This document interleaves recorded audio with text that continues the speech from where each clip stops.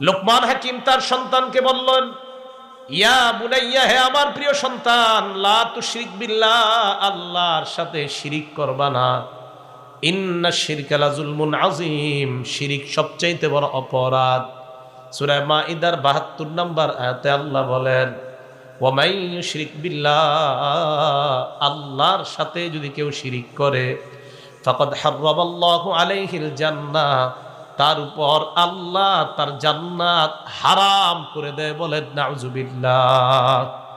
ওয়া মাওয়াহুন নার, আল্লাহ বলেন তার ঠিকানা হলো জাহান্নাম। ওয়া মা লিয-যালিমিনা মিন আনসার, জালেমদের কোনো সাহায্যকারী কিয়ামতের ময়দানে থাকবে না।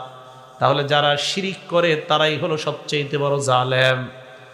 সূরা জুমারের ৬৫ নম্বর আয়াতে আল্লাহ বলেন, হে নবী, ওয়ালাকাদ উহিয়া ইলাইকা ওয়া ইলাল্লাযীনা